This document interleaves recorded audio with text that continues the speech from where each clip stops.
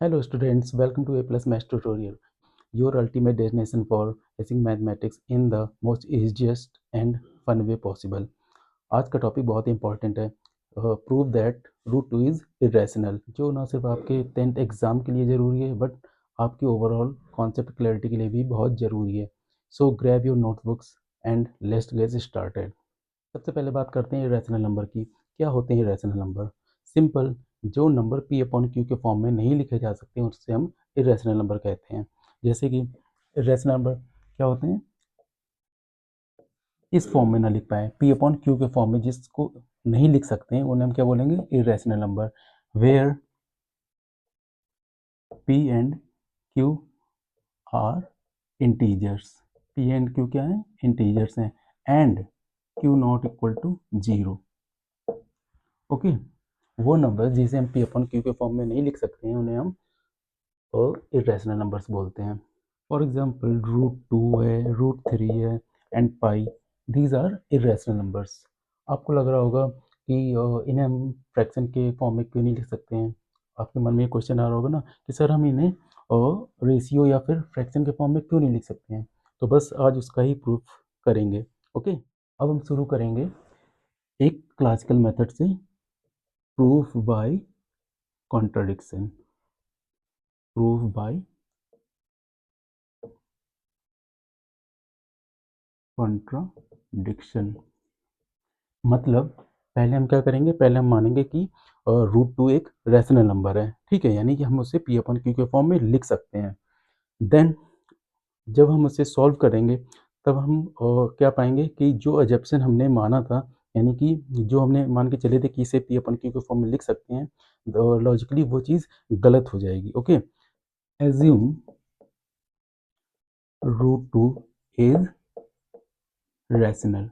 Okay, इसका मतलब क्या है कि हम मानेंगे पहले कि हम रूट टू को पी अपॉन क्यू के फॉर्म में लिख सकते हैं। Okay, where p and q क्या है, p and q are integers,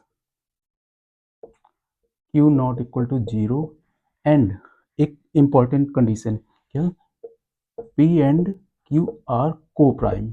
okay, p and q coprime होंगे, इसका मतलब कि पी एंड क्यू का कोई भी कॉमन फैक्टर नहीं होगा अदर देन वन।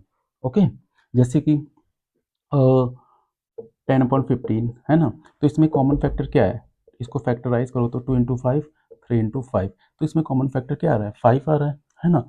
बट अगर इसको थोड़ा और वैसे लिखो तो 1 भी है ना, तो 1 तो आएगा ही सभी के साथ, बट 1 के अलावा कोई इसका कॉमन फैक्टर नहीं होना चाहिए। इसका सिंपलेस्ट फॉर्म क्या आ गया, 2/3 which is coprime. Okay, इस तरीके से तो क्या है कि पी अपन क्यू इंटीजर्स हैं and p and q are coprime, ये कंडीशन इंपॉर्टेंट है। Okay, to prove irrationality of to.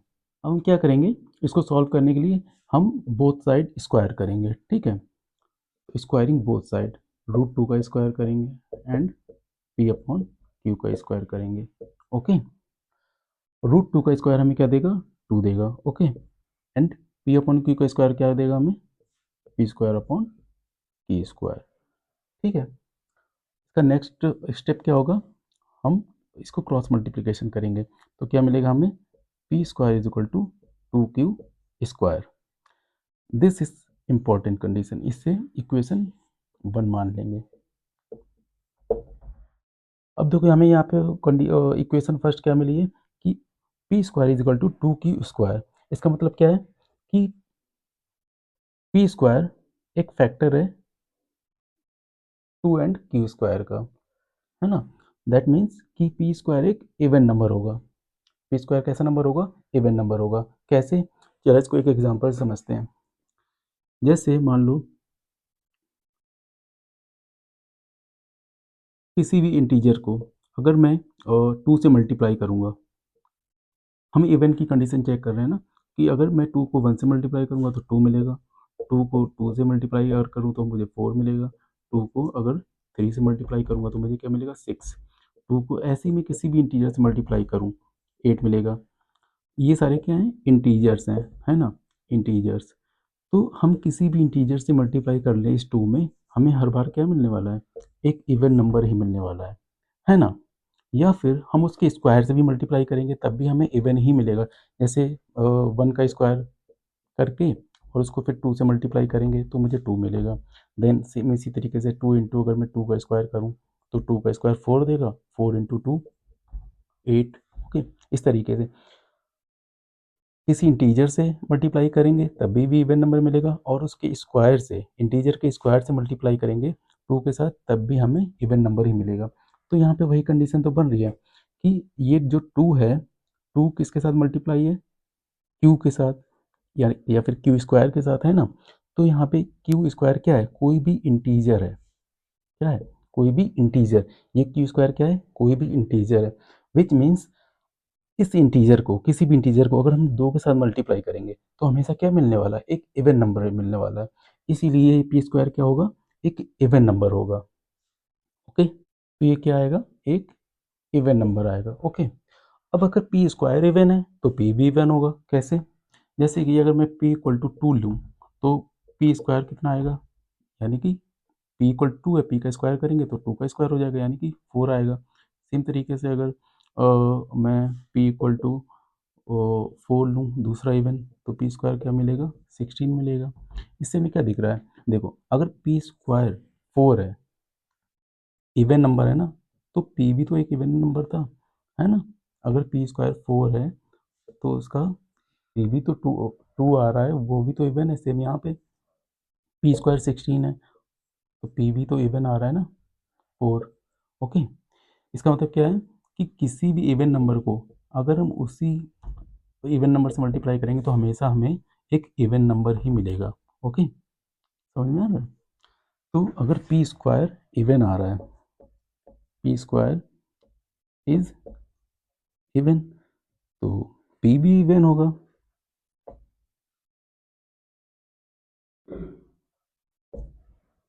I hope इतना आपने समझ लिया होगा और अपनी नोटबुक्स में आराम से नोट कर लिया होगा।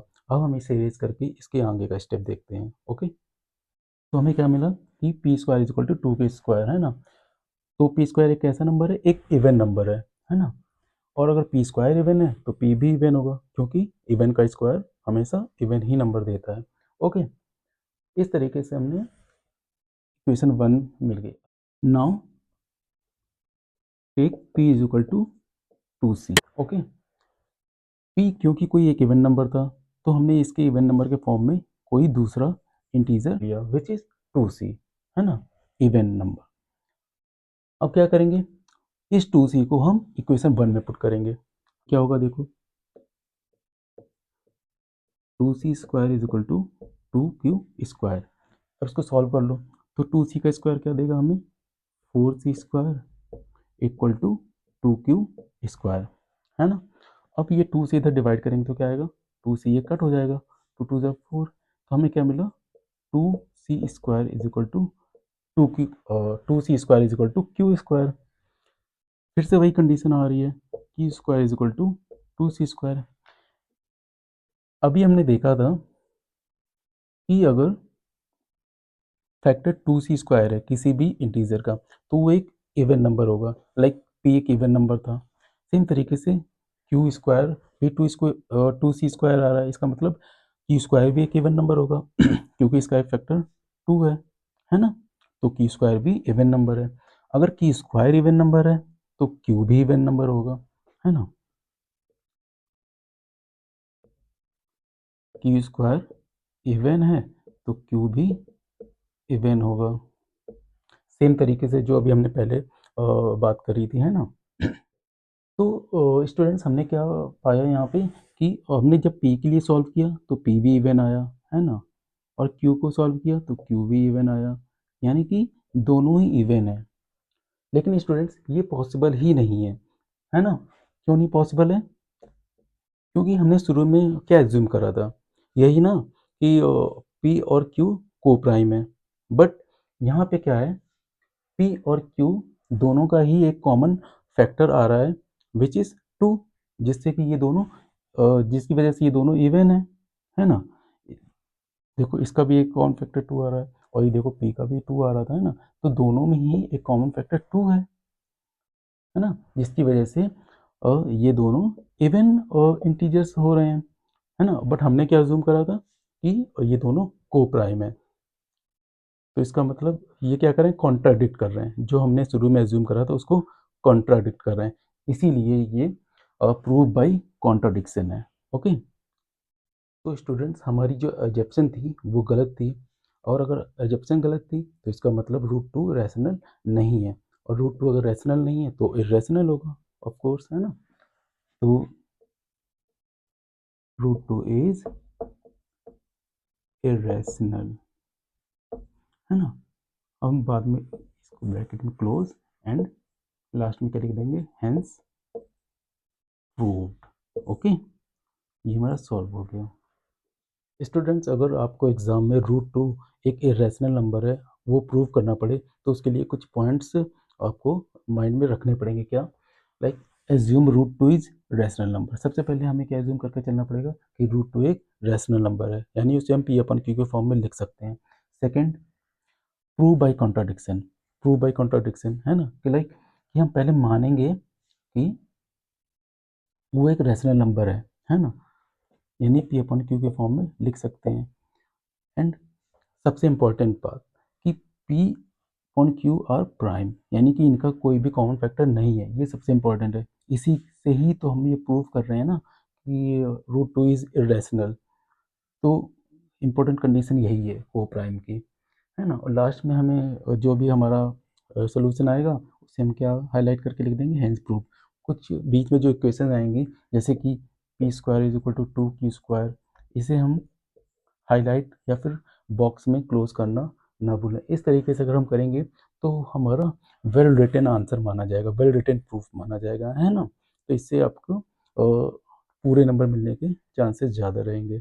ओके, आई होप स्टूडेंट्स आपको ये वीडियो समझ में आया होगा कि रूट टू इरेशनल क्यों है।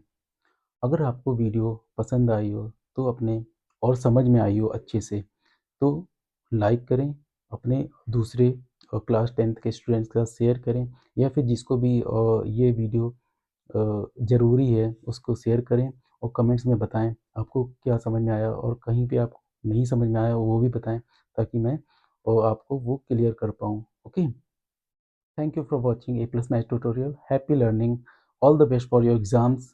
मिलते हैं अगले वीडियो में।